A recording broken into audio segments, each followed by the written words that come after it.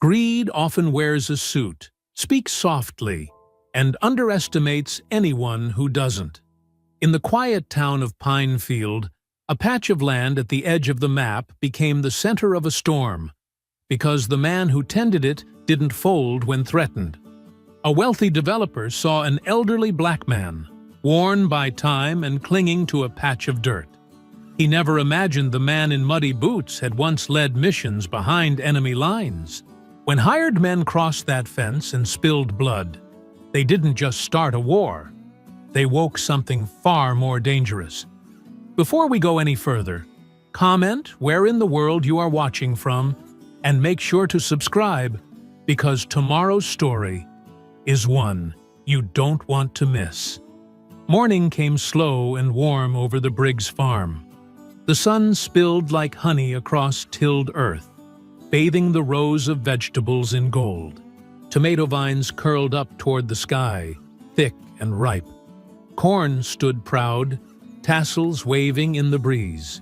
Chickens scratched busily around the coop, pecking at scattered seed. Goats bleated from the paddock, crowding near the fence as laughter rose in the distance. Children were running again. Every Saturday they came, sneakers kicking up dirt, backpacks flung aside, arms wide open. They charged through the open gate with the same breathless excitement city kids reserve for roller coasters and Christmas mornings.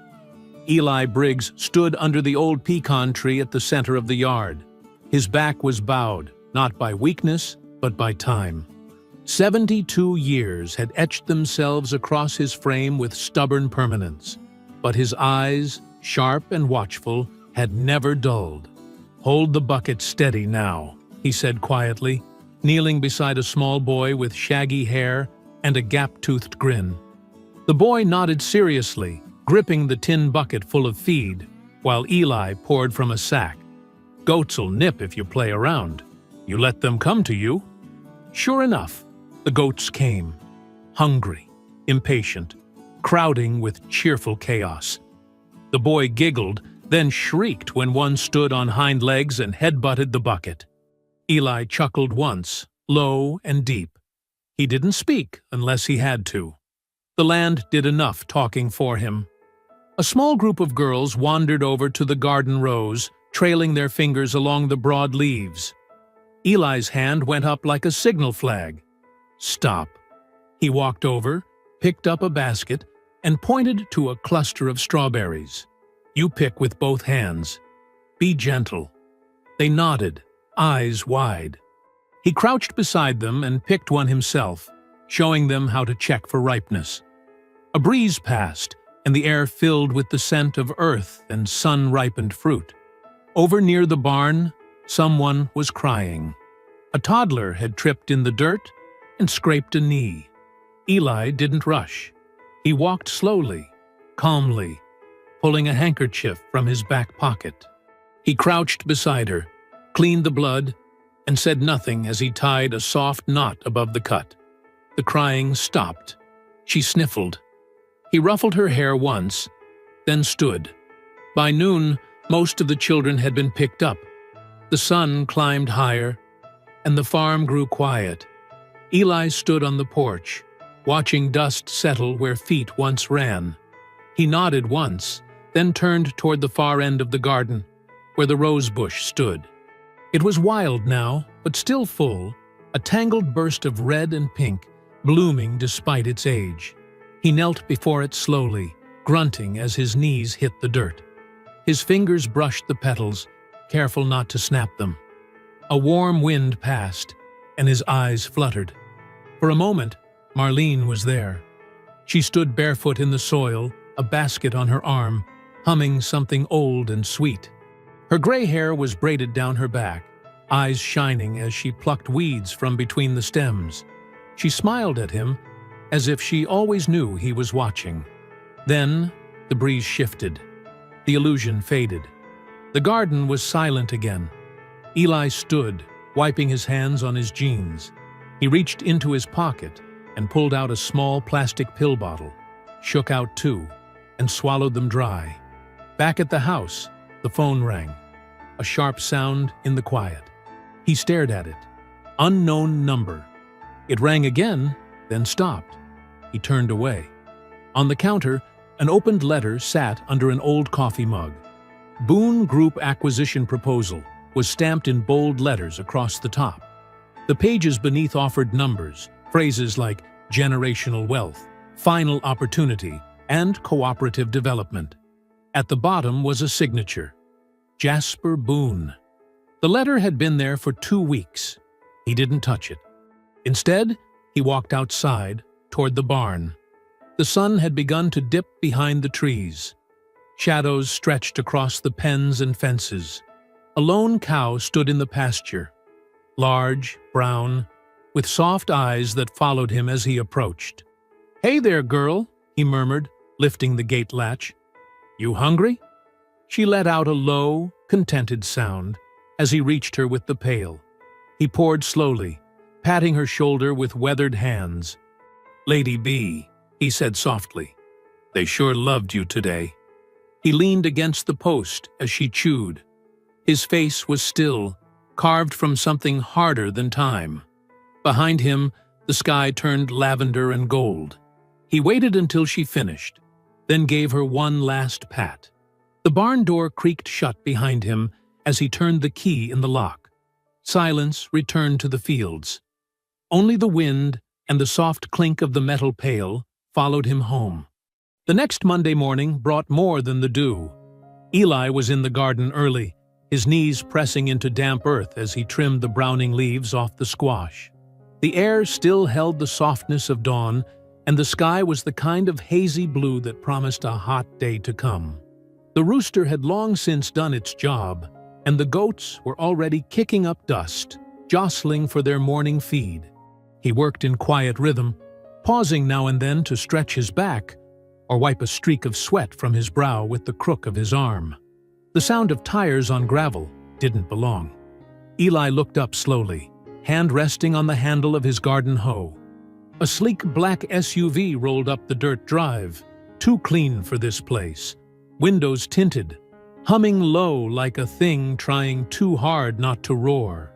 Behind it followed a silver Cadillac, polished, spotless, soulless. 2 doors opened at once. From the SUV stepped a man with a leather briefcase and a buttoned-up look that didn't breathe much. Tall, white, young, and tightly wound. He looked at the dirt like it might stain his inheritance. The Cadillac door opened slower, more deliberately. Jasper Boone emerged with the theatrical poise of a man who'd convinced himself he deserved the world and everything under it. Boone was handsome in the way snakes are, sharp-lined, sun-tanned, expensive. His sport coat hung off his shoulders just right, and his smile was wide enough to hide the rot behind it. His boots were clean, his watch was gold, and the only thing dirtier than his shoes was the man walking behind him. Billy Ray Crowder came up from the passenger side, dragging a lazy limp in his left leg and a black cowboy hat that hadn't seen a real cow in its life. Tattoos ran like vines down his neck, fading into the collar of a torn flannel shirt. His mouth twisted with contempt the moment he looked at the barn. "Mr. Briggs," Boone called cheerfully, as if they were old friends meeting for brunch. He walked forward with arms slightly open, palms exposed in that well-rehearsed posture of the harmless businessman. "Pleasure to meet you in person. Been wanting to get a look at this place with my own eyes." Eli stood but didn't move closer. He brushed the dirt from his knees and adjusted his hat, eyes narrowing just slightly as the trio approached. "Didn't know this was a show farm," Eli said, voice even, roughened by years of use, but calm in the way creeks run deep beneath still water. Boone laughed like he appreciated the joke, though his eyes said he didn't. The lawyer stood beside him, already pulling papers from the briefcase. Crowder stood a few feet back, arms crossed, chewing something with loud indifference. "This land," Boone began, gesturing broadly, "has incredible potential. And I mean that sincerely, sir. The proximity to town, the acreage, your charming barn. It's the kind of space people are desperate for these days. We're looking at developing a boutique RV resort, fully green certified, locally branded. It'll bring jobs, foot traffic, and, frankly, a serious return on investment. Eli didn't answer. His eyes moved from Boone to Crowder, who just spit something into the grass with a smirk, then settled back on the papers being laid out on the makeshift table the lawyer had set up near the porch. Boone continued, unfazed. We're prepared to offer you $600,000 up front, plus residuals from naming rights if you're interested in a partnership model. Honestly, for someone your age, it's a retirement most folks would kill for. Eli took a step forward, hands tucked in the pockets of his work pants. His gaze lowered, scanning the legalese on the top page without reaching for it. This farm, he said slowly, voice gravel thick, ain't for profit. It ain't for branding. It feeds more than stomachs. There's kids that come here to remember what it feels like to breathe without fear. I'm not interested in turning that into a weekend theme park for people who think chickens lay fried eggs. The lawyer shifted uncomfortably. Boone's smile faltered just a fraction. Crowder chuckled, spat again. I'm guessing that's a no, then. Boone glanced at him, annoyed, then back to Eli. You don't have to make this difficult. I get that you're proud of what you've built here. But things change, Mr. Briggs. Neighborhoods grow. People evolve. You don't want to be the one holding back progress just because you've got a sentimental attachment to... He gestured vaguely at the barn, the fields, the crooked fence. All this. Eli looked down at the papers once more, then turned his back on the table. He walked slowly toward the barn, saying nothing until he reached the post where his dog, Samson, lay watching from the shade. He turned slightly, just enough to catch Boone's eye. Progress don't need to pave over peace. Samson let out a low, steady growl as Crowder stepped forward. Boone gave a tight smile and reached out to touch the lawyer's arm. Let's not waste the man's time. Boone gathered the papers, tapped them into order, and slid them back into the briefcase. As he turned to leave, he stopped and looked back. His tone dipped in syrup and poison. Hope your goodwill's worth more than a retirement, old man. Because this town's changing, with or without your blessing. Eli didn't respond. He knelt beside Samson, scratching the dog behind the ear as the vehicles rolled back down the drive.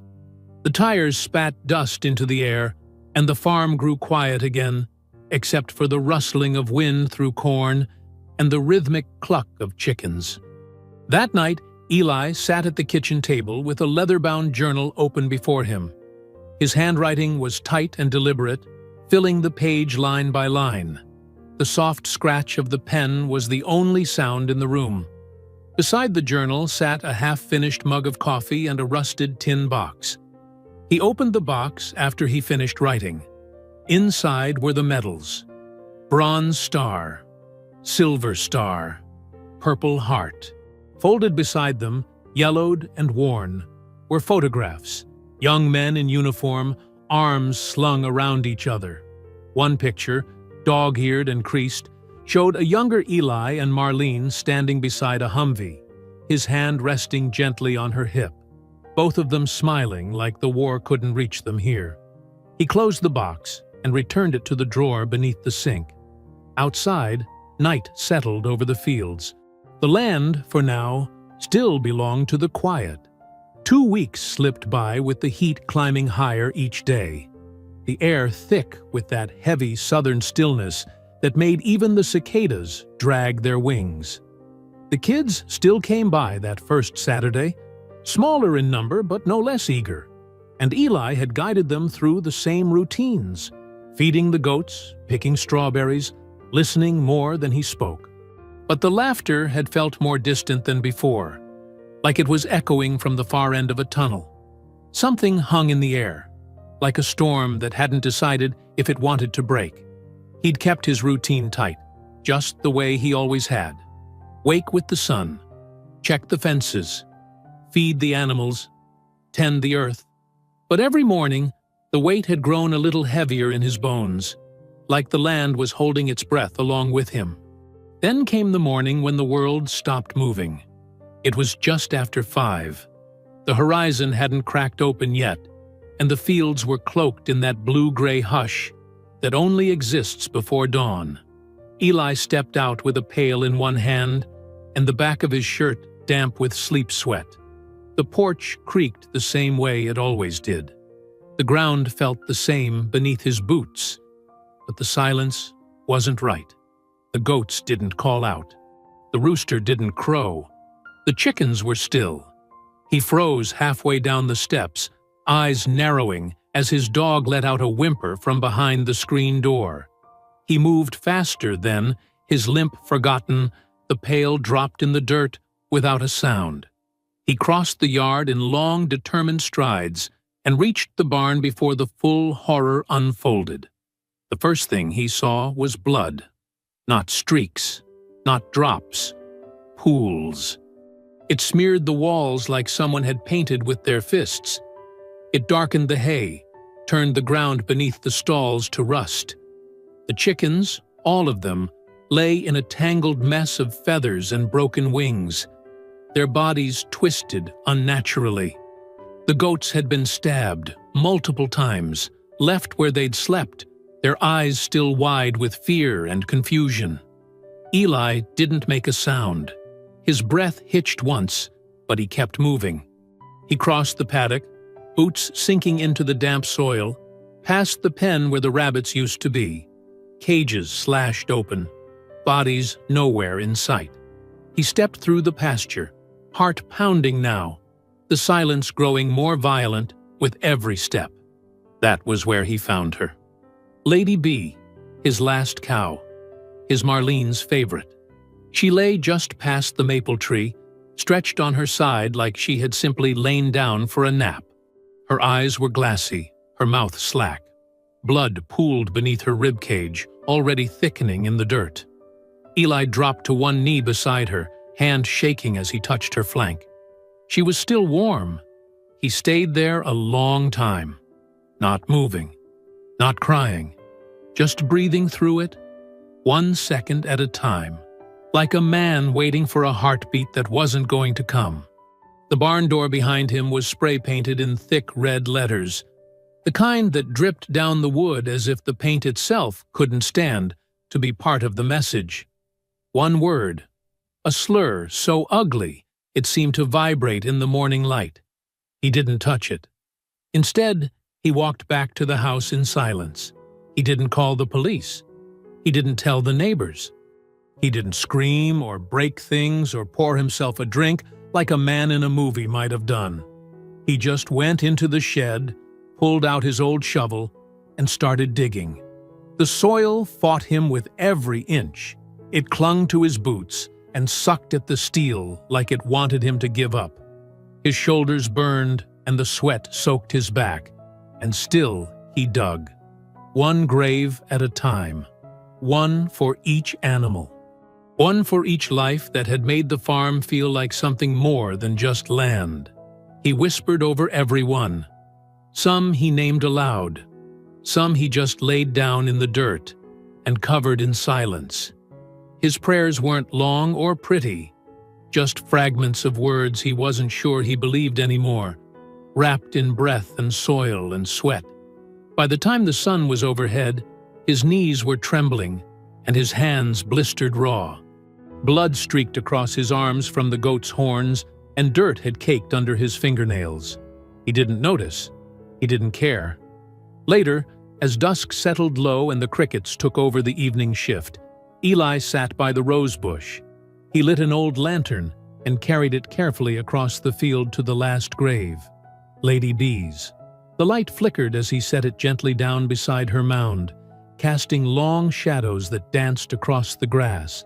He stood there for a long while, eyes on the flame. A memory rose, slow and warm.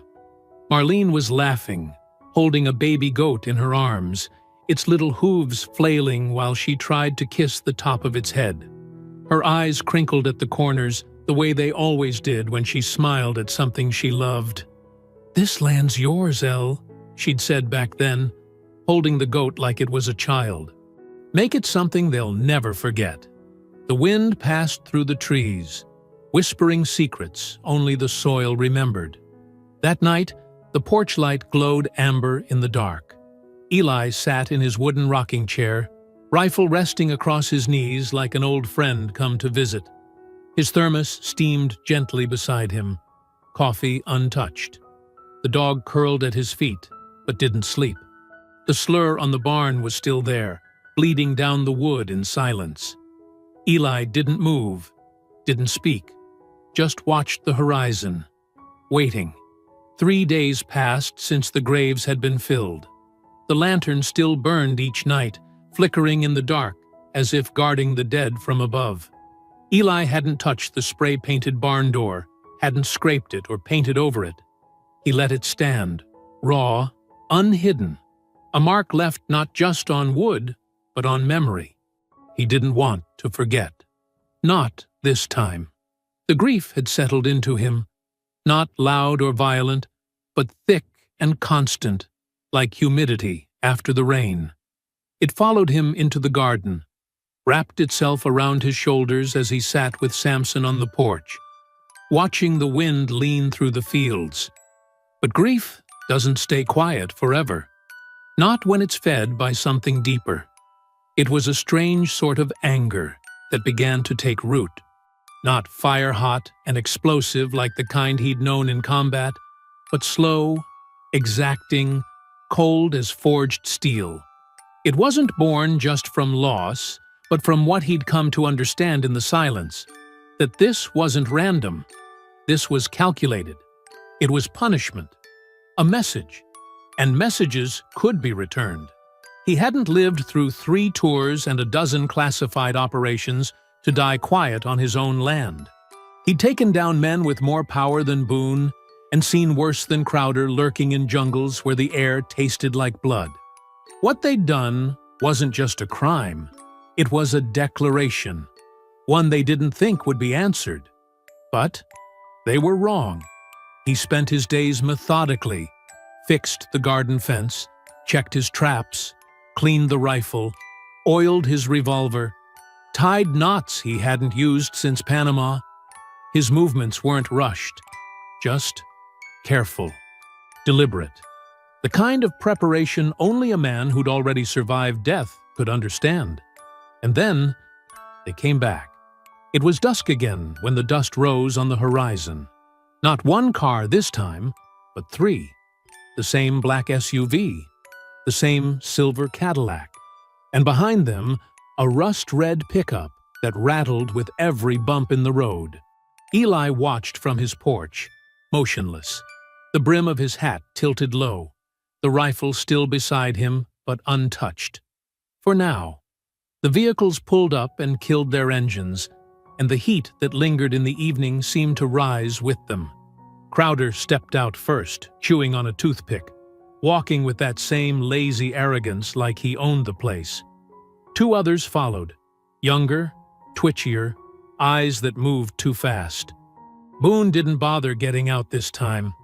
He sat in the Cadillac, door open, one arm resting on the window like he was waiting for a waiter at some backwoods country club. Crowder strode halfway up the path, hands loose at his sides, and smiled in a way that didn't reach his eyes. "Well, look at that," he said, glancing around. "You're still here.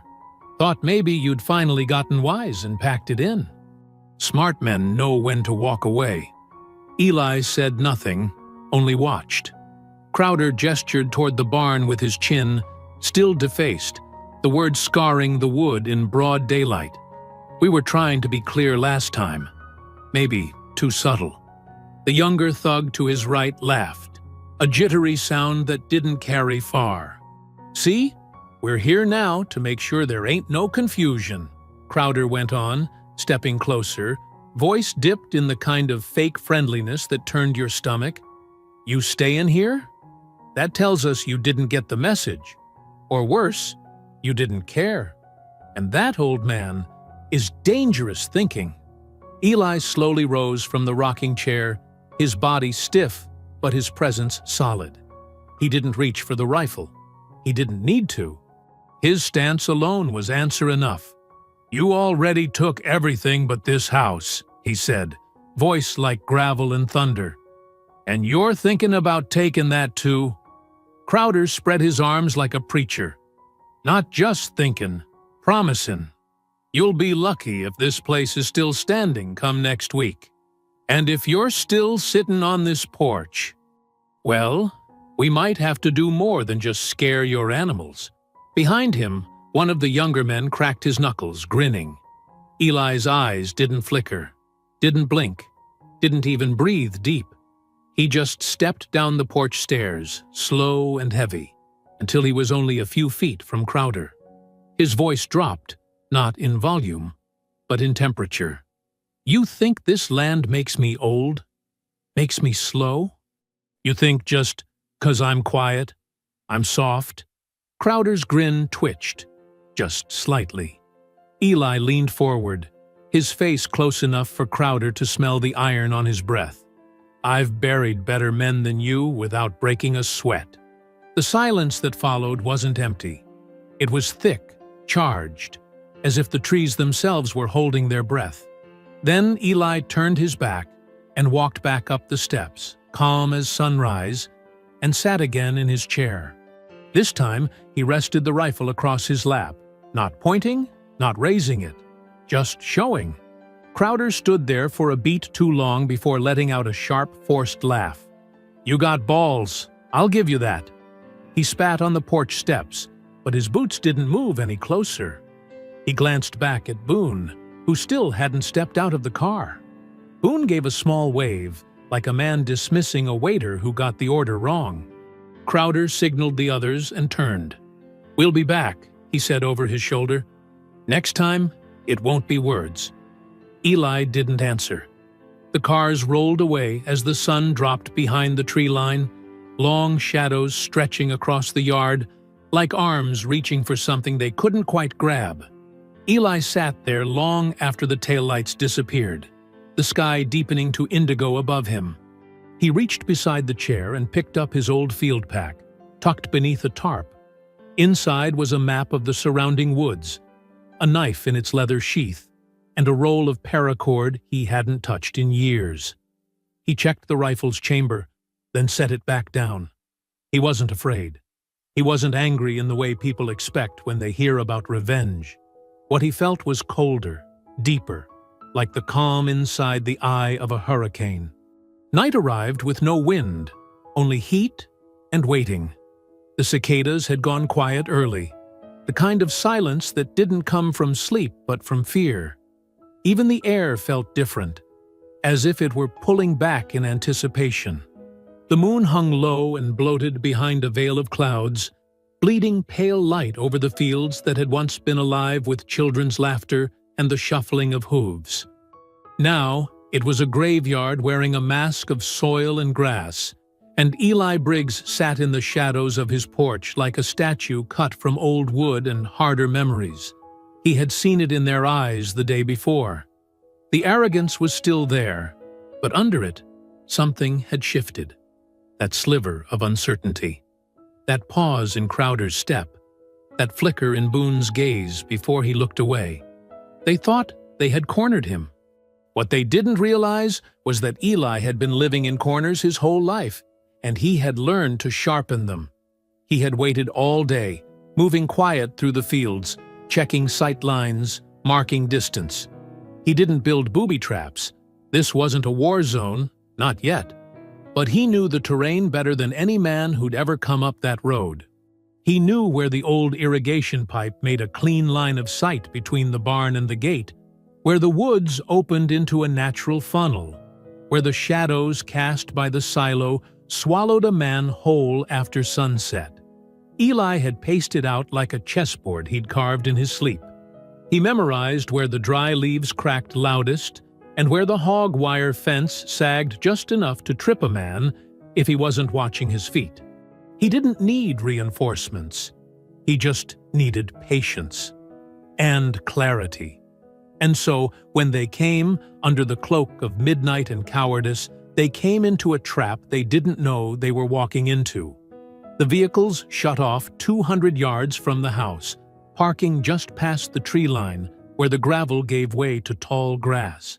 The farm swallowed the sound quickly, but Eli was already listening. He heard the rustling, the low voices, the heavy boots trying not to crunch under branches that had been there longer than any of them had been alive. There were more this time, at least 8 by his count. They spread out wide, flanking the property like they were playing at being professionals, but their formation was sloppy. They called out to each other in hushed curses, some carrying pistols, one with a shotgun slung too loose over his shoulder. One of them wore a mask. The rest hadn't even bothered. That's how sure they were. A man on the left flank stumbled over the corner post of the goat pen and let out a string of swears. Another behind the barn bumped into a rake Eli had intentionally left leaning against the wall. It clattered loudly before being silenced by a hissed warning. Eli had already taken position beside the old silo, prone with his rifle settled in the crook of a hay bale stacked long ago and never moved. From here, he had a clean view of the yard, the porch, the front gate, and the shadows beyond. His finger rested lightly against the trigger. His breathing slowed. And then it happened. A lighter flicked near the coop. Careless. Foolish. The brief flame revealed a young man clutching a Molotov cocktail, holding it too close to his own chest, the gasoline sloshing in the glass bottle. He was grinning, teeth bright, eyes dead. The boy pulled his arm back. Eli exhaled through his nose, centered the scope, and squeezed. The crack of the rifle tore through the night like a starter's pistol, and the bottle shattered mid-air, bursting into a fireball that lit up the yard.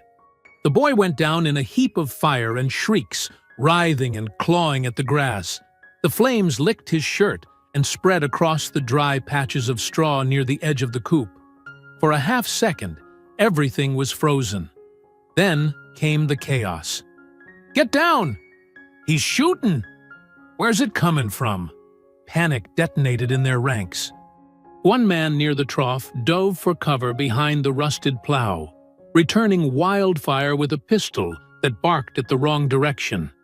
Another tried to move to the barn's side wall for cover, shouting for someone to circle left. Eli shifted, not fast but smooth, lined up the next target. A tall man in a red cap, shotgun half raised, and fired. The slug caught him center mass, folding him backward over a low fence post, like a rag doll tossed by an angry hand. A third man tried to dart across the clearing near the broken-down tractor. Eli grazed him on the upper arm, snapping his shoulder back and dropping him to the ground with a panicked yell.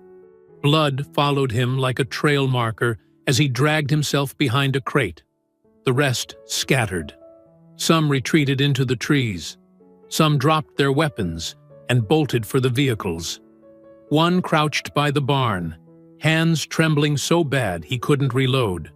The sound of footsteps thudding against the earth, of breath coming too fast, of someone crying quietly behind the silo. It all poured in around Eli like a broken orchestra, out of tune and out of time. He didn't move from his position. He didn't call out. He didn't gloat. He just reloaded, one slow click at a time. When a bullet smacked into the hay bale a foot from his elbow, Eli barely flinched. He rolled behind the cover of the silo, unhurried, then angled to a second position. He crouched behind the rain barrel, watched as one of the gang tried to pull the wounded man to his feet. Eli didn't fire this time. He let them run. He wanted them to feel it. Not just the danger, but the helplessness, the uncertainty, the realization that this old man wasn't some relic guarding memories. He was a weapon, a sentinel forged by war and tempered in peace, and they had tried to burn down something sacred, so now they were the ones burning.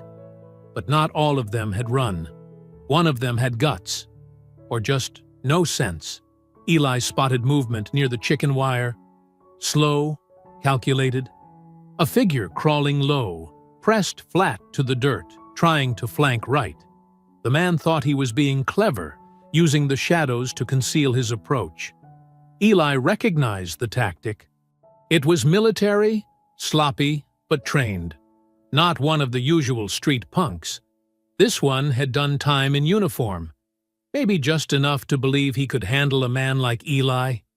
He waited until the crawler was within range of the old wagon wheel, half buried in tall grass, then stood quickly from the rain barrel and leveled his rifle. "Stand up," Eli called, voice flat but carrying. The man froze, still on his belly. "I said stand up. You and I both know what happens next, if you don't." There was a long pause. Then, the figure rose slowly to a crouch, rifle lowered but still in hand. "You a good shot, old man?" the voice called, young, brash, hiding fear behind defiance. Eli didn't blink. "I don't ask that question unless I already know the answer." The man hesitated, shifting his weight. "I'm just here to do a job," the guy said, trying to sound casual, like he wasn't sweating through his shirt. Eli lowered his aim just a fraction. "And what exactly is that job? Burning down homes? Killing livestock? Teaching children fear?" The man didn't reply. His fingers twitched on the grip of his weapon. Eli's tone didn't rise, didn't harden. It sank, slow and deliberate. "You're standing on the land of a man who gave up blood and bone for people he never met. You think that kind of man's afraid to take you down if it means protecting what's his?" Still silence. And then, the man dropped his weapon. It hit the ground with a dull thud. "I didn't know about the animals," he muttered, stepping back, hands raised. "I swear I didn't. They told me it was just intimidation. Break a few windows, spray a wall. I didn't sign up for that." Eli didn't lower the rifle. "You chose to walk onto this land tonight. That was your answer before you said a word." The man turned and ran. No glance back, no goodbye. Eli let him go. That one wouldn't be coming back. He'd seen something tonight he hadn't expected. A man who didn't need numbers to win a fight. But others weren't so easily rattled. Another shot cracked from the far tree line, pinging off the side of the water trough with a metallic snap. Eli ducked back behind the rain barrel and shifted again, moving with a purpose that only men who had survived firefights understood. This wasn't a battle of brute force. It was strategy, patience, pressure. He worked his way around the edge of the barn, careful not to silhouette himself against the moonlight. A voice echoed from the trees. "You don't get to win, Briggs. You hear me?" It was Crowder, angry now, not just about failure, about being embarrassed. That's what men like him feared most. Not death, humiliation. Eli crept along the barn wall, hand slipping to the sidearm holstered on his hip. He counted the shots fired earlier. 3 left in the rifle. A full clip in the pistol. "Enough," Crowder shouted again. "You think this ends here? This doesn't end with you sitting in a rocking chair, telling stories to some kid. We're coming back. You hear me? You're finished." Eli smiled. Not wide, not cruel, just enough to show that some part of him had been waiting for that kind of talk. The enemy declaring the end before the fight was over. Always a mistake. From inside the barn, another figure moved. One of the stragglers, maybe thinking he could outflank the old man. Eli ducked low, pushed the barn door open just enough to slide in, and disappeared into the shadows. The man inside didn't see it coming. Eli moved like smoke between rafters and crates. Every step deliberate, every sound swallowed by the straw-covered floor. The man turned at the last second, shotgun raised just as Eli's pistol found its mark. "Don't." The word stopped him cold. Eli stepped into a shaft of moonlight bleeding through the broken upper window, the pistol steady in both hands. "You think, because I'm old, I won't pull this trigger?" he said, eyes locking with the man's. "I pulled one when I was 23, to save a child under a burning hut. I pulled another at 37 in a jungle where the trees bled. Don't think I won't pull it now, for the land that buried my wife and raised your future victims. The shotgun dropped. Eli kicked it aside and marched the man out by the collar. He let him run too, but not before memorizing his face. Outside, the fire near the coop had died to glowing embers, smoke curling upward into the branches. The gang was gone. What remained was fear, not Eli's, but theirs, and the silence, deep and final, that followed every lost battle. Eli holstered his weapon, moved to the porch, and sat with his rifle across his knees once more. The rocking chair creaked softly in the wind. He didn't speak. He didn't smile. But for the first time in days, he closed his eyes and rested.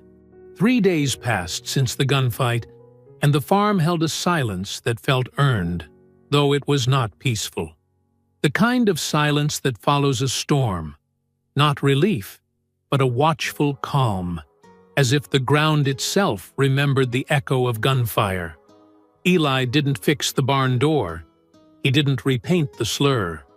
He left it there, a scar not just to remind him, but to show the world what had happened and what kind of men had done it. He spent the mornings walking the property with Samson at his side, checking for signs of return. Broken branches, tire tracks, cigarette butts too fresh to be his. The gang hadn't come back, not yet, but he could feel them circling, trying to decide whether fear outweighed pride. He knew the answer wouldn't stay buried long. When he finally came into town, it was to buy seed and dog food. His old pickup rattled down Main Street past storefronts that hadn't changed in 30 years. The bakery still carried the same hand-painted sign. The barber shop still had the same pole, half rusted and spinning in the wind. But the eyes on the street felt different now.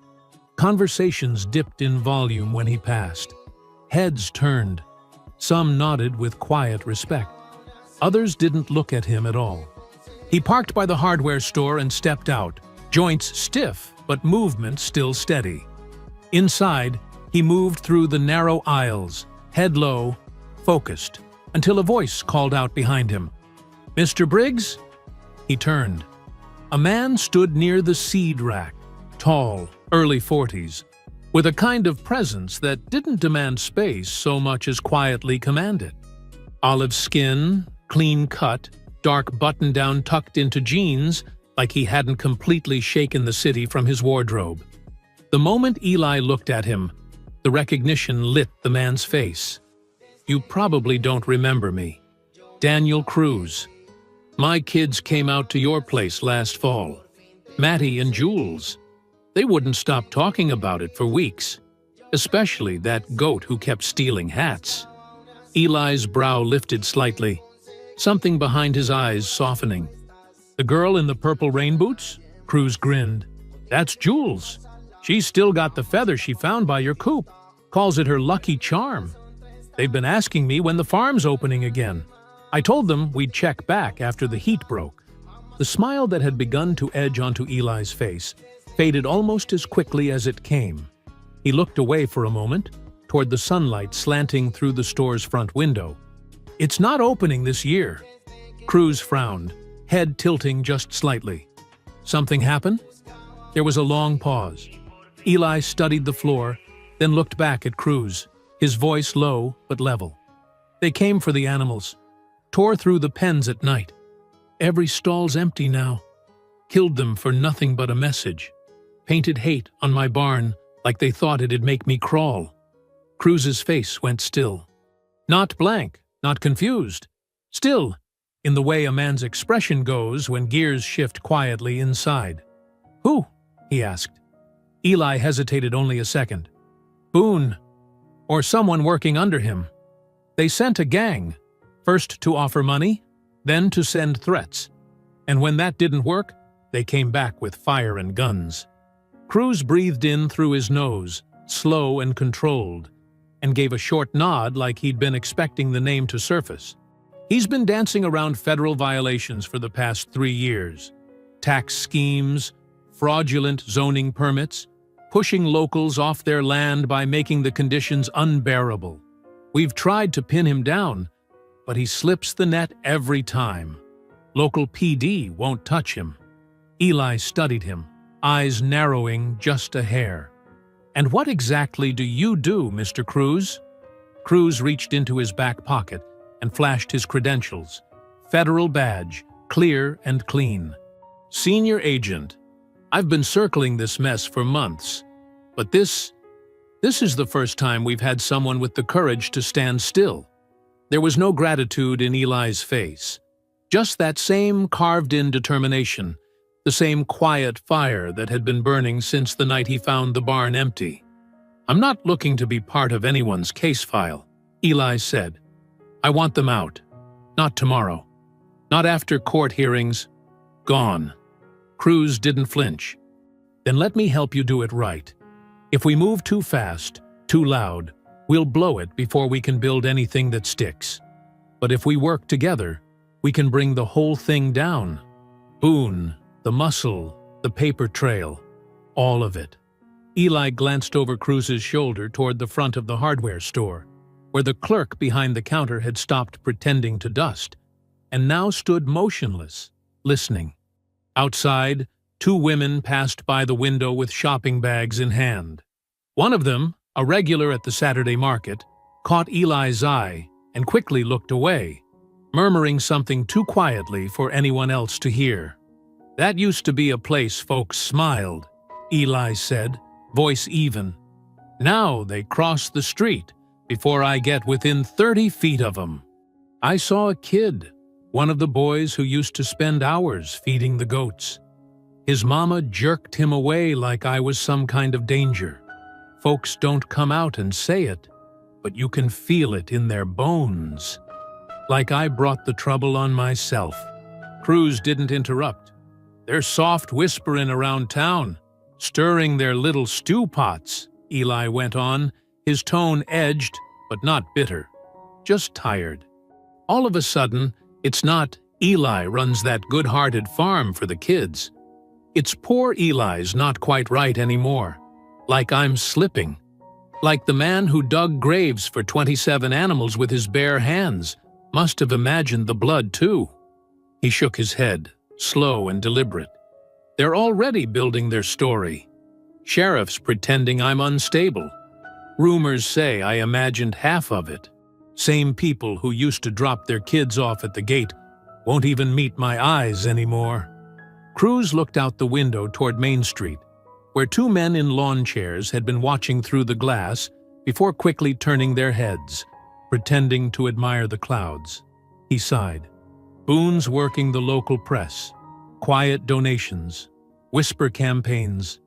He wants you isolated before he moves again." Eli's voice was a low growl now. "Let him come back. I'm not finished." Cruz raised a hand, not to hush, but to steady. "And neither am I. I'm going to run interference with local law, push through every roadblock I can find. But I need you to be careful, Eli. We can't let him provoke you into something reckless. That's what they want." Eli gave the faintest shrug. "Reckless left me in 72. I'm just defending what's mine." Cruz exhaled and looked him dead in the eye. "Then let's start tonight." And just like that, the fight changed. It wasn't just a war for land anymore. It was a reckoning. Not one fought in shadows or on front lawns, but in files, in cameras, in pressure applied precisely where rot had long been allowed to grow. Eli didn't ask for protection. He asked for justice. And now, he wasn't standing alone. The sky hung heavy over the fields the next day, clouds thick with the kind of weight that promised rain but didn't deliver it.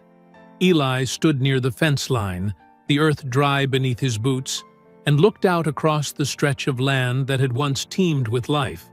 It was quieter now, still stripped bare of the motion and warmth it had offered for years. But the silence no longer felt like surrender. It felt like tension drawn tight, a calm before something deliberate and sharp. Behind him, Cruz's car sat with both doors open, a laptop humming softly on the passenger seat. They had set up camp at the edge of the barn, away from the house, using folding chairs and a makeshift table salvaged from Eli's tool shed. Cruz tapped through files with a quiet precision, phone pressed to his ear as he spoke low and fast into it, asking for records, calling in favors, weaving through red tape like a man who had grown up fighting it. He had been at it since sunrise. Eli brought out a tin of coffee, black and thick, and handed it over. Cruz took it with a nod, eyes never leaving the screen. "I've been digging into Crowder's crew," he said after a beat. "Two of the men you spotted during the attack have sealed juvenile records. One's got a history of assault, and the fourth, well, on paper, he's a model citizen, works at a local scrapyard, goes to church. But when you start pulling threads, the same names come up. Same bar they drink at. Same lawyer shows up when they get caught with unregistered weapons, and every charge vanishes before it sticks." Eli sipped from his own mug, watching a hawk circle lazily over the far tree line. "They're ghosts until you catch them in the act," Cruz continued, more to himself now. "And even then, the system's set up to look the other way." "They got help," Eli said, not as a question, but a confirmation. "Crowder's not clever enough to hide all those footprints on his own." "No, he isn't," Cruz agreed. "But Boone is. Crowder's just the muscle. Boone's the one pulling strings in rooms most folks never get invited into." Eli reached into his jacket and pulled out a folded envelope. It was worn and creased, the corners soft from handling. He laid it on the table and slid it across. Cruz raised a brow, but said nothing as he opened it. Inside were 3 pages, blueprints printed in faded ink, stamped with a development company logo, and marked with red pen in a shaky hand. Parcel boundaries were highlighted, including the Briggs farm, circled twice in black. "Phase 1 of Windswept Trails Family Retreat," the paper read, in the kind of font developers loved. Clean, hopeful, insincere. "That letter came with a check," Eli said, watching Cruz's eyes scan the page. "Didn't cash it. Never will. Figured I'd keep the papers, though. Proof matters more than pride." Cruz didn't say anything right away. His fingers tapped the blueprint rhythmically as he stared at the circled land, a crease forming between his brows. "This matches what I've seen in the northern counties. Boone's resort plans always follow the same pattern. He floods landowners with offers, applies zoning changes before the ink's dry, then uses pressure to push out the ones who don't sell. The pressure looks different depending on where you are. Sometimes it's code violations, sometimes it's trespassing, sometimes it's fear." "And mine?" Eli asked, his voice even. Cruz looked up. "You're the last holdout. They've already broken ground on the north side. You're the only parcel between them and the lakeshore access." Eli let that sit for a moment. The hawk above had drifted closer now, wings spread wide in still air. "You could leave," Cruz added carefully. "Take these papers, file a civil suit, get the FBI to build a case around the pattern. It'd take time, but there's a path. You wouldn't have to stay in the middle of this." Eli's head tilted, not in doubt, but disbelief. He leaned forward, arms resting on the table, and looked Cruz straight in the eye. "You think I'm gonna leave the bones of my animals in the ground while those boys turn this place into a playground for weekend campers? You think I'm gonna let them walk my wife's garden to park RVs while their kids sip lemonade on top of soil she bled into? No, I won't run from cowards with dirty money." Cruz didn't argue. He just nodded, slowly, like a man who knew a line when it was drawn in stone. "Then we do it here," he said. "I'll get surveillance, build an evidence trail. I've got 2 agents who owe me favors in internal affairs, and I'll start pressing the feds for warrants. It's not fast, and it's not flashy, but it'll hold." Eli looked toward the barn, where the spray-painted slur still cut across the wood. It had faded some in the sun, but not enough to forget. He stood, stretching his back with a quiet groan, and walked toward the porch. "I got a name for every goat that died, every chicken. That cow, the last one. She came when I called her. Some things you don't get back. But what you do with the loss, that's where a man's story gets written." Cruz stood as well, folding the blueprints and placing them carefully into a file folder. "And you've still got a few chapters left," he said. Eli paused at the porch steps. "That's the plan." And behind him, as the wind shifted east and the hawks circled once more, the war for the land began to change its shape, from blood and fire to strategy and truth. And Eli, the soldier-turned-farmer, prepared to fight a different kind of battle, one that would strike not just at Boone's hired hands, but at the very foundation beneath his empire. Boone didn't like the word no, not when it was spoken with conviction, and especially not when it echoed back from a man too old to be afraid. Eli's refusal had bruised more than his plans. It had bruised his ego. And men like Boone didn't lick their wounds in private. They sent someone else to finish the work. Crowder was waiting on the edge of town the following evening, seated in a pickup with one arm draped casually over the wheel, the other curled around a folded printout of the Briggs property. His orders weren't written, but they didn't need to be. He'd been told to make the problem disappear, and Boone had never been the type to ask for clarification once blood was in the water. What happened next wouldn't be subtle, and it wouldn't look like business. It would look like the kind of ending that buried truth with the man who held it. Cruz got the word just in time. One of his contacts, an analyst buried in a zoning office who'd been following Boone's development patterns, pinged him late that night. The report was clear. Surveillance suggested Crowder had begun recruiting outside town. Names tied to old militia networks, mercenaries with no flags and no loyalty. The plan wasn't pressure anymore. It was elimination. By the next morning, Cruz had Eli packed up and off the farm. It wasn't a dramatic exit. No flashing lights or last-minute standoffs. Just an old man loading a duffel into the back of Cruz's government-issued SUV and watching his porch disappear behind a veil of rising dust. They didn't speak much on the drive, and what little was said stayed fixed on strategy. Safe houses, phone protocols, who to trust. The motel Cruz chose sat on the edge of the county line, sandwiched between a truck stop and a diner that served coffee too strong and pie too sweet. It wasn't much, but it had thick curtains, a second exit, and a manager who didn't ask questions when Cruz flashed his badge and paid in cash. Eli took the room key and nodded once. "I'll be back tomorrow," Cruz said, hand on the doorframe. "We've got work to do." But that night, work paused. Sometime past sundown, a soft knock came at the motel door. Not the kind of knock that came from danger. No urgency, no threat, just a small rhythm, hesitant and waiting. Eli opened it slowly and looked down. Tommy, the neighbor boy from up the road, maybe 7, barely tall enough to reach the doorknob. In one hand, he held a small bundle wrapped in a checkered cloth. In the other, a block of wood, roughly the shape of a cow, its sides carved with jagged, careful effort. Eli stared for a long second before stepping aside. Tommy walked in with the reverence of someone entering a chapel.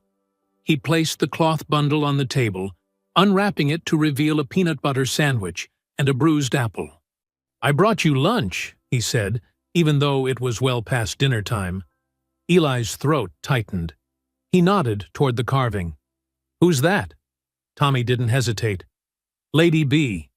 The name landed with more force than Eli expected. He reached out, took the carving, and turned it slowly in his hands. It wasn't perfect. The legs were uneven, the horns just little nubs, but it was unmistakably made with love and memory. "I miss her," Tommy added quietly, voice barely above a whisper. Eli swallowed hard, then crouched to eye level. "So do I." They sat there a while, no more words exchanged, just quiet understanding. Meanwhile, Cruz had been busy turning the screws. The next morning, he moved through town like a shadow, knocking on doors with a different kind of badge. He visited landowners on the south side, farmers, retired couples, small business owners, and asked pointed questions about Boone. At first, most deflected, claiming ignorance or offering practiced smiles that didn't reach their eyes. But little by little, the truth started to shake loose. A woman who ran a roadside nursery admitted her deliveries had been delayed for weeks after refusing a buyout. A man with a pasture near the lake said he'd found his barn burned 3 months ago, but the fire report had vanished before the insurance company could file. A beekeeper, silent at first, finally handed Cruz a letter he'd received marked with Boone's development office with "Confidential" stamped in the corner and no return address. Every one of them told Cruz the same thing. They'd been warned not to speak. Not by name. Not in public. But the message had been clear. Sell quietly or regret it loudly. Cruz logged every detail, every confession. He took statements, photographs, and copies of permits that looked forged, signatures that didn't match. The case was starting to take shape. Not just one man's loss, but a pattern of systemic coercion disguised as progress. But every step forward came with resistance. Sheriff Weller dragged his feet on document requests, claimed the department's computer system had errors. Files Cruz had personally submitted disappeared from the queue. A warrant request for surveillance data sat unsigned on a desk for 2 days, with no explanation other than pending review. Then came the meeting with Cruz's supervisor, a conference call full of clipped formalities and institutional caution. "You're stretching your jurisdiction," the supervisor said. "This isn't what we assigned you to." "I know what I'm seeing," Cruz replied. "What you're seeing is a complicated local matter with potential civil implications, not federal." Cruz's jaw tightened. "Boone's laundering funds through shell developments. He's using criminal intimidation to secure land transfers. He's bribed local law enforcement. That's federal." The supervisor sighed. "Daniel, I'm telling you as a professional and as a friend, don't get personally invested." Cruz stared at the screen for a moment, then closed his laptop without responding, because it was already too late for that. He drove back to the motel that evening, pulled into the lot, and found Eli sitting outside the room in a worn metal chair, carving something of his own. The wooden Lady B sat on the windowsill behind him. "You get anything?" Eli asked without looking up. Cruz nodded. "Enough to rattle him. Not enough to stop him. Not yet." Eli looked off into the distance, where the sun dipped low and turned the motel sign gold. "Then we keep going." And as the heat of the day faded and the lights blinked on one by one along the road, the lines between law and justice grew thinner, and the men standing between them steadied for the storm that hadn't yet broken. The cemetery sat on the hill just beyond the tree line, where the town gave way to pasture and wind. No gates, no manicured paths, just a small clearing where the grass grew a little wilder, and the silence felt a little older. Eli came in the early morning before the heat gathered, before the world stirred awake. He brought nothing but his hat, his hands, and a slow, steady walk worn into his bones from years of keeping pace with ghosts. He stopped at the third row, second stone from the end.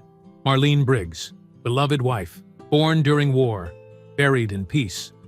The stone was simple, no scripture, just her name, and a single line carved beneath it, soft as a whisper. She grew what others forgot to love. Eli crouched slowly, one knee pressing into the damp earth. He reached forward and brushed away a curl of dry leaves from the base of the headstone. His fingers moved with quiet reverence, like he was afraid to wake her. "I thought I left all this behind," he murmured. "The fear, the fire, the way a man becomes something else just to survive." He paused, jaw clenched. But they dragged it back. Didn't ask, didn't warn, just tore it open like it was never closed. He stayed there a long moment, hat against his chest, as the wind shifted and carried the scent of pine across the field. And then, without warning, he was somewhere else. The sound of helicopters buzzed in the distance. The jungle air was thick with heat and smoke, the leaves trembling from nearby mortar fire. His boots sank into wet, red clay as he pulled a man across the jungle floor. The soldier's leg twisted, face pale. Gunfire cracked through the trees like brittle branches snapping overhead. Eli's hands gripped the webbing on the man's vest. Teeth gritted as he pushed past exhaustion and rage and the sickening twist in his gut that came from carrying someone else's last breath on your back. He remembered the taste of mud, the sting of sweat, the feel of his weapon slung across his chest as he refused to let go. The jungle faded. The grave returned. He stood slowly, muscles aching in ways they hadn't in years, and touched the top of the stone with a hand that had steadied rifles, healed gardens, and now trembled just slightly. "I'll finish this," he said, barely above a breath. "I'll see it done." By mid-morning, Cruz was back in town. He had made a choice not to keep things quiet anymore. There was no value in shadows now. Not when the man on the other side had built his empire in daylight, cloaked in smiles and signatures. He found Boone standing outside the bank, pressed suit, tailored arrogance, talking to a local developer like he was already laying the foundation for a future that didn't include anyone who couldn't afford the buy-in. Cruz didn't wait for the man to finish his conversation. "Boone," he said, voice loud enough to draw heads. The developer stepped back. Boone turned with the kind of smile meant for stage lights and camera flashes. "Agent Cruz," he said smoothly, eyes cool behind his sunglasses. "I hear you've been snooping through my affairs. I hope it's all above board." "Let's not play dumb," Cruz replied, stepping closer. "You're threatening landowners, bribing local law, and orchestrating a development campaign with criminal leverage. It's not a matter of if we bring charges. It's when." Boone chuckled, the sound casual but hollow. "You'll never touch me," he said, tone dipping slightly, the grin faltering just a breath.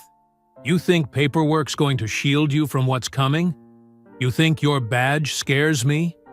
I've buried better men than you in press conferences and handshakes." "Then you've never met someone like me," Cruz replied evenly. They stood there, still, as town traffic rolled by and people pretended not to watch. Boone leaned forward just enough to speak low. "You're overstepping. You don't know how deep this runs. You don't know how many hands are in this soil." Cruz didn't move.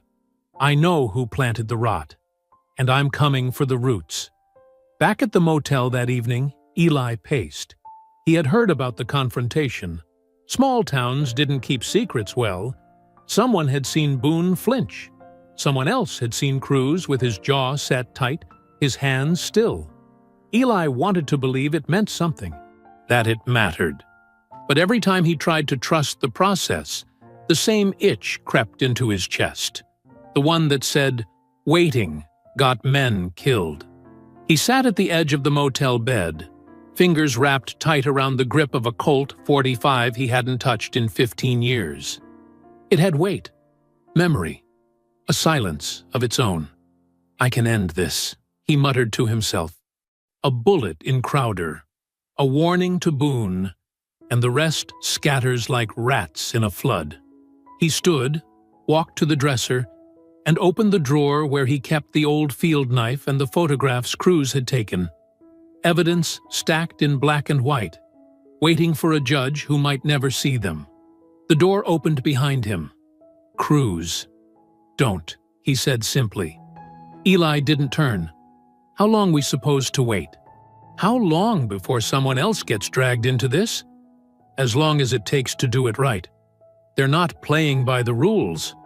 Cruz stepped closer, his voice quieter now. "If you move first, we lose. If you fire that weapon, they call it escalation. You become the man they're already trying to paint you as." Eli turned then, slow and controlled. His eyes were fire, but his hands didn't move.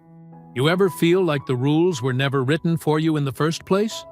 "All the time," Cruz replied. "But the only way we win is if we show the world we're not the villains they're waiting for. You pull that trigger, they bury the story with the bullet." The silence between them was thick.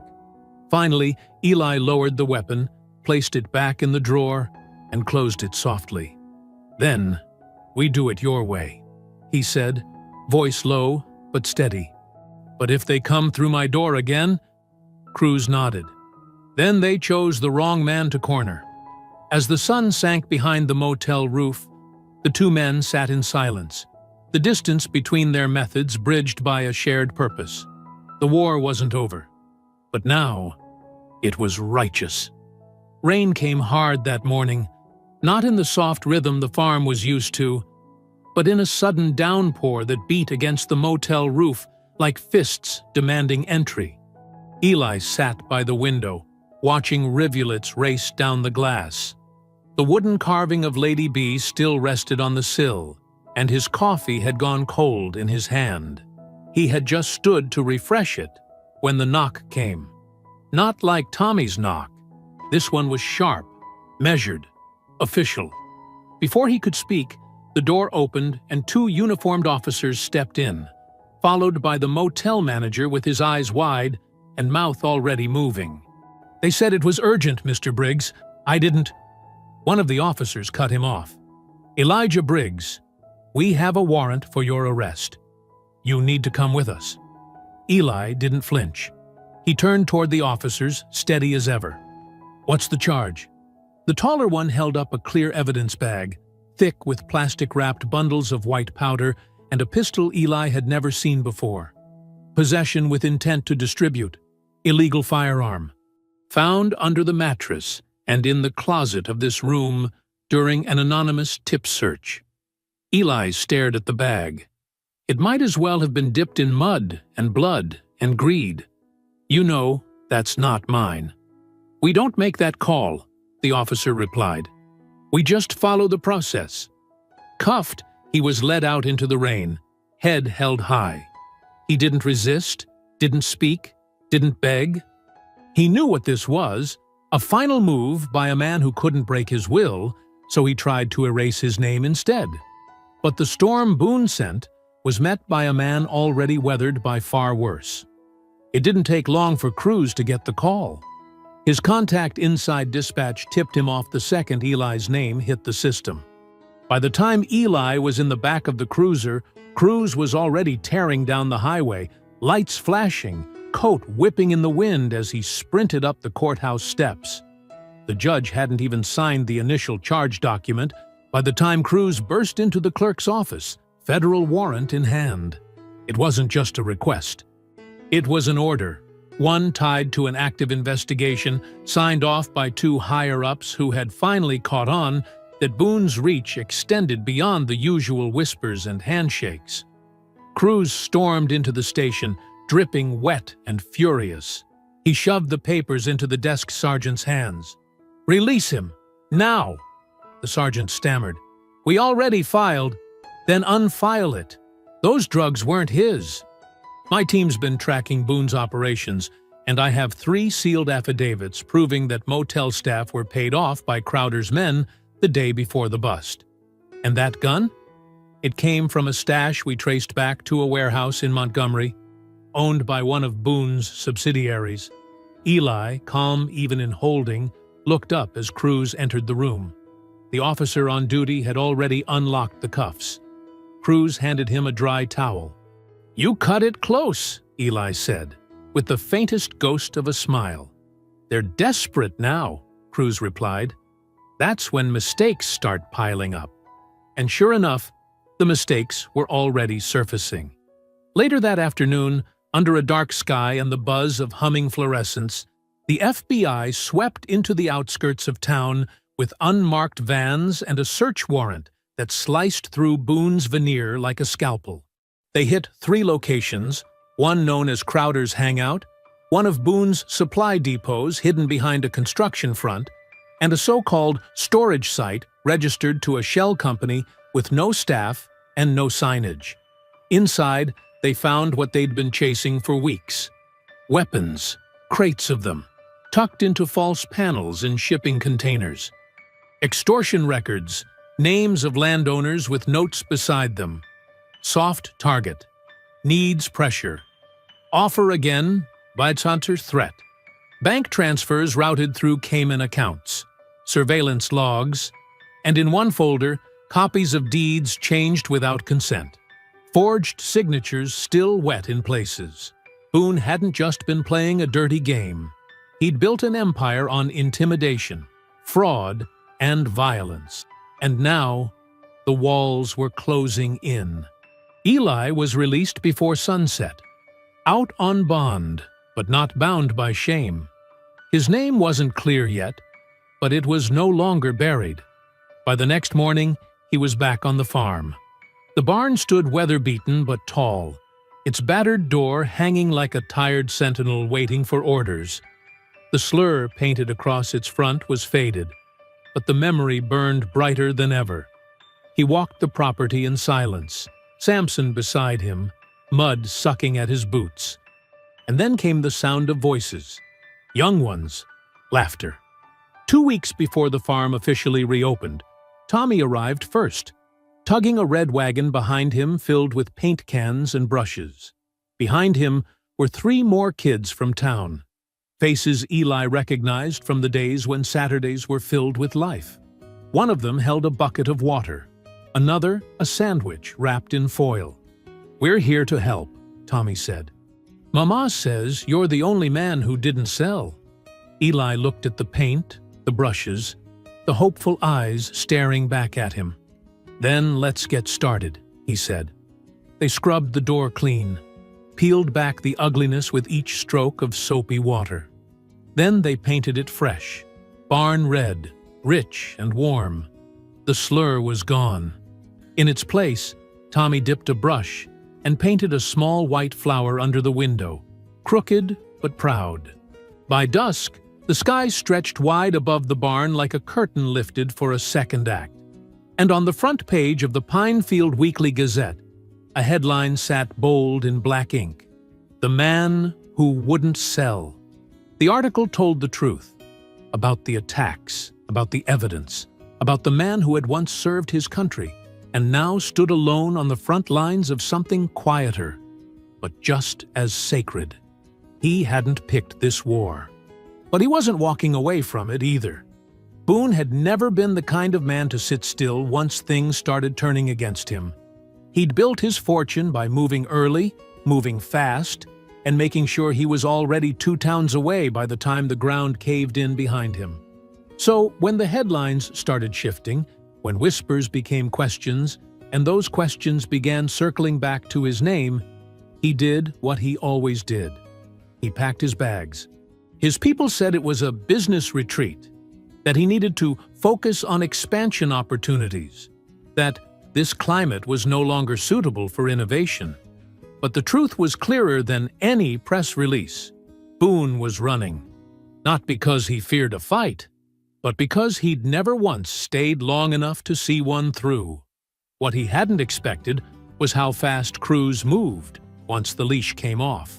The moment the warrant landed, signed, sealed, and backed by federal teeth, Cruz shifted gears.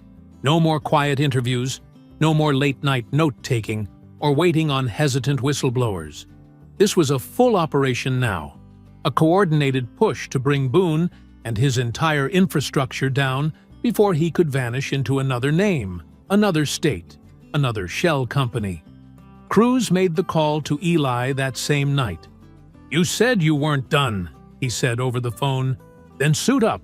We start tonight." They met under the barn's eaves, moonlight slipping through the roof's cracked slats.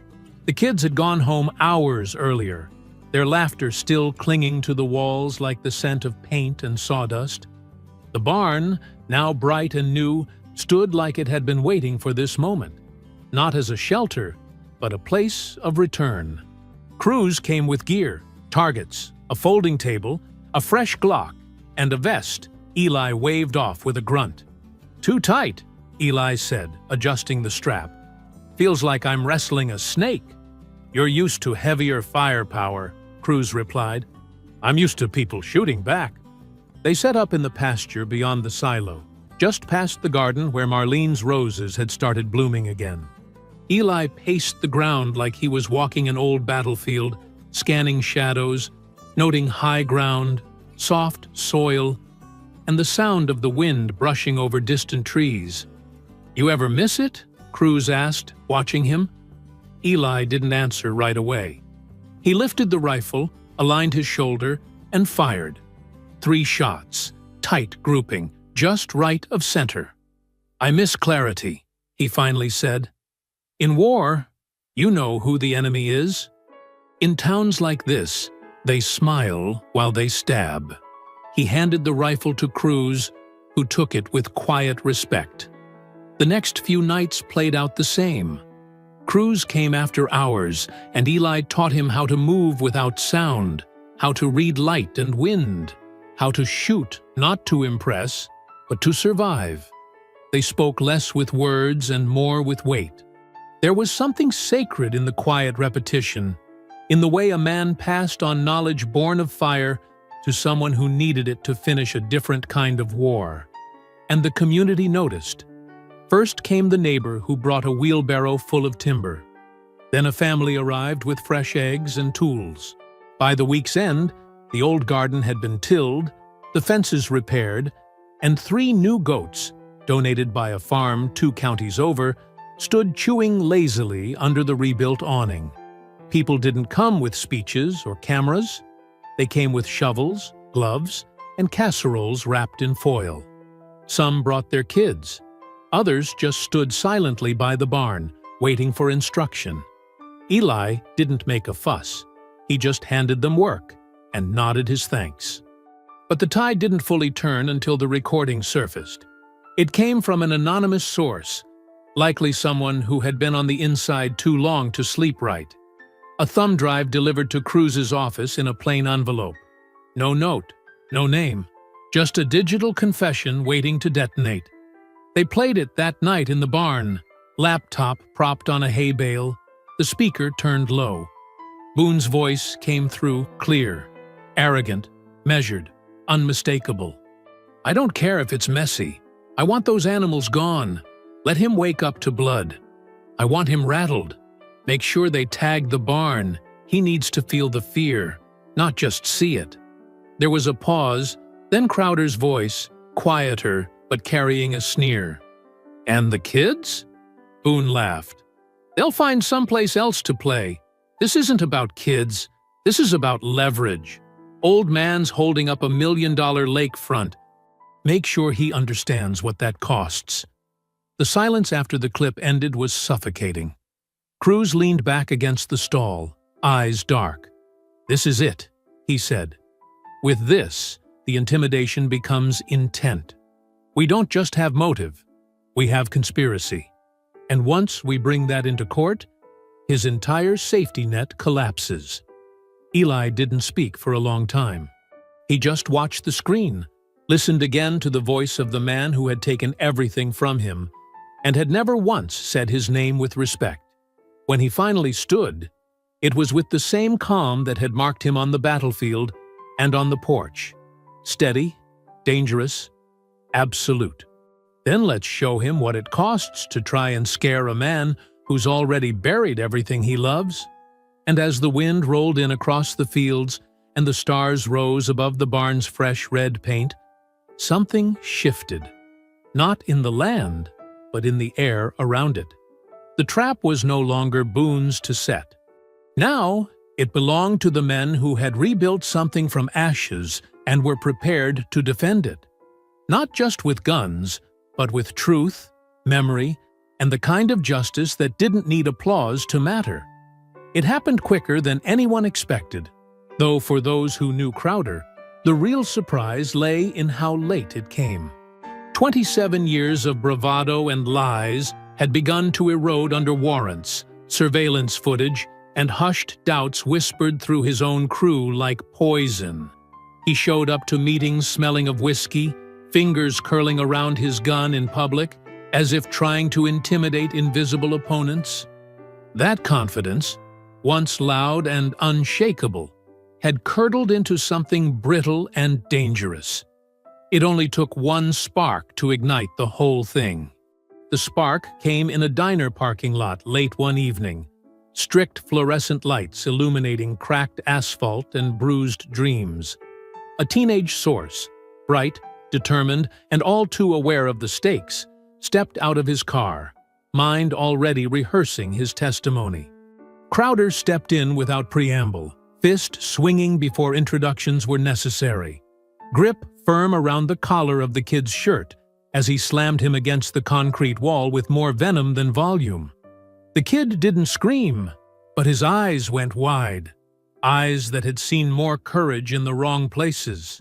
The diner windows rattled under Crowder's threat, his voice low and vicious. "You think Boone's gonna save you? Think this badge boy's gonna make you a hero?" It was a threat meant to close doors and lock secrets in the dark. Crowder only lasted 2 seconds before 2 plainclothes agents burst out of the diner, badges shining in the glare of street lamps. They tackled him hard, flat on the ground, cuffs snapping tight around rough wrists. The diner crowd watched, breath caught, as the enforcer became the enforceable. In that instant, Boone's world began to crumble. Crowder had been his shield, the one who enforced the terror. Now he was undone in public, stripped of silence and secrecy. When the arrest warrant hit the streets that evening, Boone's veneer cracked irreparably. He paced his home office like a man convinced that walls spoke faster than television. Phone clenched in a damp fist as he argued with lawyers who could no longer promise delay. His breathing was heavy, the shadows under his suit, not just from expensive tailoring, but from panic sown by guilt. He still controlled enough to deliver orders, to threaten bodies and careers, but he couldn't shave another second from the ticking clock they'd all started together. That night, Boone made a different kind of call. No partners, no middlemen, just direct orders sent to the worst parts of his network. If the courts won't stop this, burn it all. No property, no home, no escape. It was a scorched earth clause. It was desperation. What he didn't realize was that Eli had already scouted the terrain. The land had been readied, every inch marked with intention. Beneath the loose boards of the porch lay pressure lines tied to silent alarms. Wires ran along the ground into hidden speakers and flashing lights. The back gate had been trapped. The barn roof held silent vantage, just waiting for movement. Soldiers aren't artists, but they know architecture when it needs to fight. As the headlights appeared at the road's bend, the heat couldn't mask the tension. Scooped low and thick, as though the fields themselves remembered each gunshot, Boone's convoy entered the tree line. Military-style weapons glinted in errant moonlight as the men spilled from their vehicles. They expected fear. They expected an old man to tremble beside his barn. Instead, the first trap triggered without warning.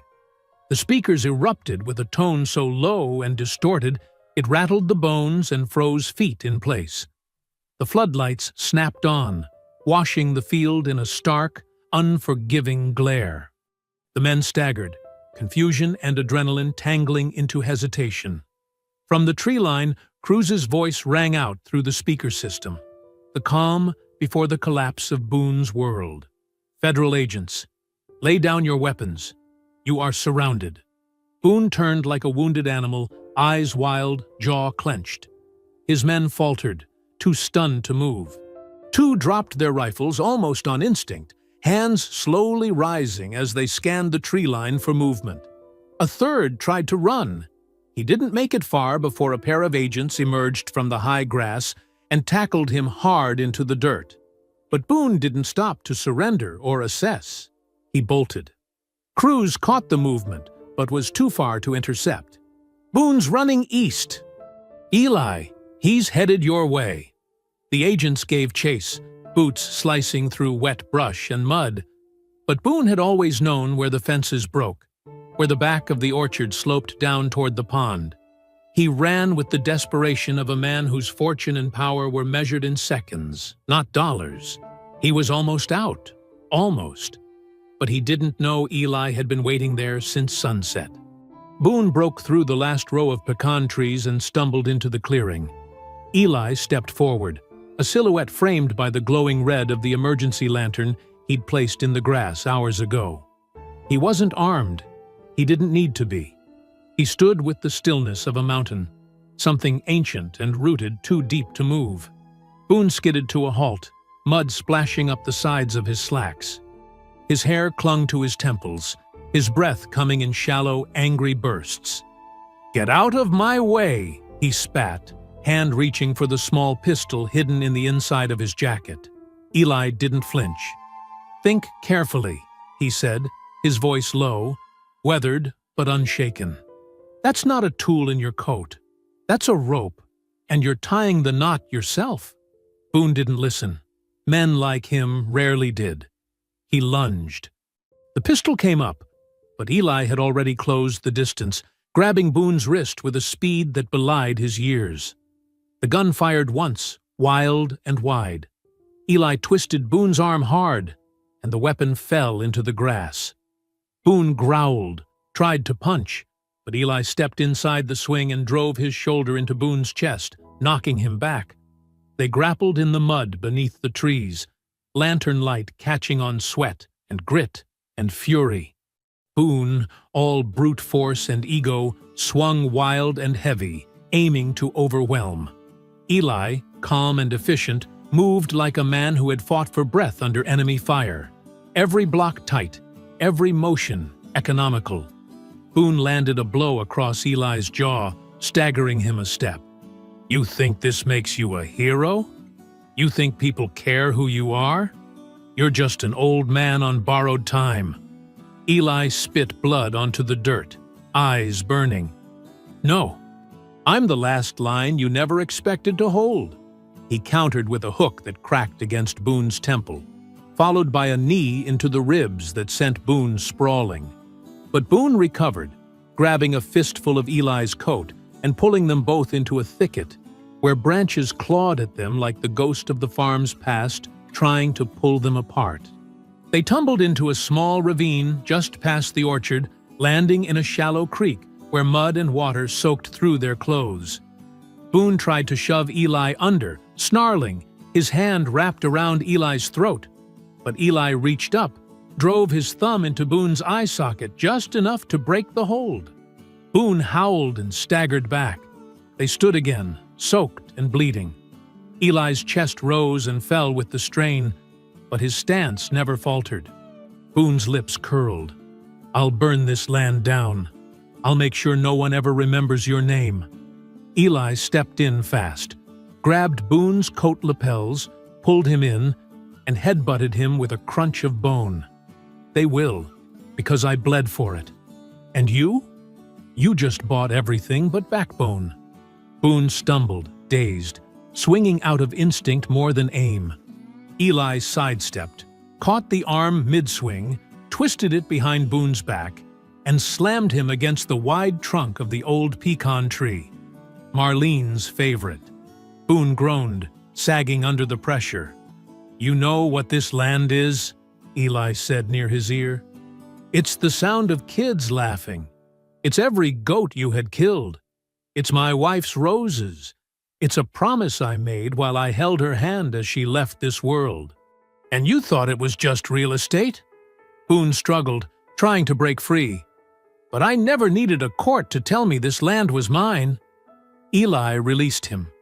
Boone turned, ready to lunge one last time, but he didn't get the chance. Cruz and 3 agents emerged from the woods with rifles raised, red and blue lights cutting through the trees behind them. Boone froze, fists still clenched, teeth bared like a rabid dog staring down his final reckoning. Cruz stepped forward. Game's over. And for the first time since the beginning, Boone's eyes finally held something unfamiliar. Fear that came not from losing money, but from being seen for what he truly was. A man whose cruelty had finally outlived his influence. The trial came and went with the weight of inevitability, a slow march through courtroom halls lined with news crews and tight-lipped attorneys. Boone stood in a dark suit each day, eyes hollow behind tailored arrogance, while the prosecution unraveled his empire piece by piece. The evidence was overwhelming. Fraudulent contracts, wire transfers, surveillance footage, and the damning audio of his own voice ordering the slaughter of defenseless animals. His defense team, once confident, wilted under the clarity of truth and the sheer volume of what they couldn't hide. The jury deliberated for only 9 hours. Boone was found guilty on all major counts: fraud, conspiracy to commit intimidation, obstruction of justice, bribery of public officials, and facilitating criminal activity across state lines. The sentence was handed down with no ceremony, but its weight was unmistakable. 35 years in federal prison, no chance of parole for the first 20. He didn't speak when they read the verdict. He didn't look at Eli, didn't ask for forgiveness, didn't offer denial. Whatever defiance had once lived in him had long since been drained in the soil behind the orchard, where he had lost more than a fight. He had lost control of the story, and men like Boone rarely survive the truth when it's no longer theirs to shape. Crowder, faced with a mountain of charges and the reality that Boone could no longer protect him, cut a deal. He pled guilty to multiple felony counts: assault, racketeering, witness intimidation, and aiding in criminal enterprise. His sentence came swiftly: 20 years in federal prison, with no fanfare and no visitors. He left the courthouse in shackles, head bowed, no longer swaggering, no longer dangerous, just another relic buried under the weight of consequences he had once believed only applied to other men. The dust settled slowly in Pinefield. News trucks packed up. Headlines moved on. But the real change didn't come in press conferences or court transcripts. It came in the quiet places, in tilled earth, in laughter that returned to fields once silenced by grief, in the sound of a hammer striking wood, not in destruction, but in restoration. Eli returned to the land as though it had never left him. In the days that followed the conviction, donations began arriving without prompt or plea. Checks wrapped in handwritten letters, envelopes carrying words from people across the county and far beyond. A local nonprofit organized a fundraiser. A regional farming cooperative matched every dollar raised. 1 week after the verdict, Eli was handed a grant application already approved by the state, earmarked for land preservation, youth education, and agricultural rehabilitation. He didn't speak much about the money. He spoke about the kids. The first animals arrived in a convoy of trailers and pickups. A pair of goats from a family farm 3 towns over. A small herd of sheep donated in honor of a local vet. 3 ponies gifted by a retired riding instructor who said her animals needed a place with history. There was a calf, too, brown-eyed, impossibly soft, named Sugar by Tommy himself. Volunteers helped unload them, their boots kicking up clouds of dust as laughter returned to the farmyard. Parents took pictures. Elders dropped off food and feed. The front gate, once guarded by solitude, stood open again. And by that Sunday, the first group of children, 10 in total, ran through the pastures like the land itself had been holding its breath, waiting for them to return. They fed the animals, helped plant new rows of vegetables, and listened as Eli, quiet and steady as ever, showed them how to hold a shovel, how to lead a goat, and how to listen to the sound of wind in a cornfield. He didn't need to explain what had happened to bring them back. The land explained it for him. It was Tommy who painted the new name on the barn, careful letters traced with a brush too big for his small hands. He stood on a stool, tongue caught between his teeth in concentration, while Eli held the board steady. When he finished, he stepped back, face streaked with red paint and pride. The barn door now read, Marlene's Haven. No plaque, no dedication. Just a name spoken in reverence, sealed in brush strokes, standing as a vow that what had been torn down would not only be rebuilt, it would be reimagined. Eli didn't cry, but when he walked past the barn that evening, long after the last child had gone home and the sun had dipped beneath the hill, he paused with his hand on the door. He looked up at the name, his fingers tracing the wood gently, as if it were the pages of a letter sent from another world. He didn't say her name out loud. He didn't need to. He simply stood there a moment longer than usual. Cruz visited a few days later. His jacket hung loose, and he looked tired in the way men do when they've seen something through and are only just learning how to stand still. They sat on the porch, each with a glass of iced tea. No words exchanged for the first few minutes. "You staying in town?" Eli finally asked. "Thinking about it," Cruz replied. "Lot of rot still left to clear. And besides, my kids keep asking when they can come back to feed Sugar." Eli gave a short nod, the corner of his mouth tilting ever so slightly. "She likes carrots, but not the small ones. Spoiled already." They both chuckled, quiet and real. The kind of sound you only get when peace isn't just a concept, but something you've earned, inch by inch, breath by breath, sacrifice by sacrifice. Cruz stood to leave after sunset. The sky overhead the color of ash, softened by firelight. As he stepped off the porch, he paused. "You know, you could have walked away." Eli shook his head, slow and certain. "I did, years ago. But when it came walking back through that gate with blood on its boots, I knew I couldn't let it stay. They didn't shake hands. They didn't need to. Because justice, when it's done right, doesn't announce itself in a courtroom. It grows, quiet and steady, in places where hope once bled. It returns to the soil like water after drought. It lives in the laughter of children, in the strength of memory, and in the name painted across a barn rebuilt with grace. Marlene's Haven, and it would never fall silent again.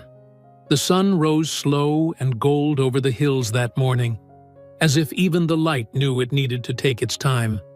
It spilled over the fields in long, gentle ribbons, warming dew-kissed grass and the fresh coats of paint that still glistened on the barn walls. The new gate stood wide open, its hinges freshly oiled, welcoming a stream of families down the gravel path that wound through the pasture like a memory made visible. It was opening day. Not a ribbon cutting, not a ceremony. No one gave speeches. There were no microphones or officials or signs marked grand. Just the sound of children laughing, feet running, the creak of swings and the rattle of feed buckets. The same scene Eli had seen 100 times before, but today it looked different. Today it looked full. Not just of people, but of something he hadn't let himself believe in for a long time. It looked like a future. The yard bustled with motion. Parents leaned over fences to snap pictures of goats licking tiny fingers. A group of teenagers hauled straw bales into the shed without being asked. Chickens darted through rows of cabbage, while a piglet nosed curiously at someone's shoelaces. The new calf, Sugar, stood like royalty near the edge of the field, soaking in the attention of at least a dozen eager hands. Tommy stood near the pen, jaws set, with the seriousness of a boy who knew his duty. "She doesn't like the orange carrots," he informed a little girl beside him. Only the long yellow ones. And you gotta peel 'em. She's picky." Eli watched from the porch for a moment before stepping down into the crowd. His boots still found the familiar dips in the path, the soft patches where Marlene used to tell him to just level it out already, and the bend near the apple tree where Cruz had parked his truck 2 nights earlier. Cruz hadn't missed opening day. He stood near the old well pump with his son, a bright-eyed boy no older than 7, who clung to his leg before finally letting go and joining a group of kids stacking feed buckets into some kind of castle. Cruz raised a hand in greeting, his smile relaxed for the first time in weeks. "Told you they'd show up," he said as Eli approached. "They didn't show up for me," Eli replied, his tone quiet but solid. "They showed up because they remembered who they were." Cruz clapped a hand on his shoulder, the weight familiar. The silence that followed filled with something like pride. They didn't talk about the trial. They didn't mention Boone or Crowder or the sheriff, who'd quietly resigned in disgrace 2 weeks after the sentencing. There was no need. The land had a way of closing old wounds, not by forgetting, but by making space for something to grow beside them. Later that afternoon, Cruz and his son climbed onto the old red tractor with Eli behind the wheel. The engine sputtered to life with a cough, then a hum, and the tires rolled slow and easy through the south field, while kids waved from the fence line. The boy laughed every time the tractor bounced, hands high in the air like he was riding a roller coaster. Eli didn't say much as they circled back toward the barn. He just listened to the wind, the gears, the sound of life settling back into a place that had once gone still. When they returned to the porch, the boy jumped down and ran to tell his mother about the ride.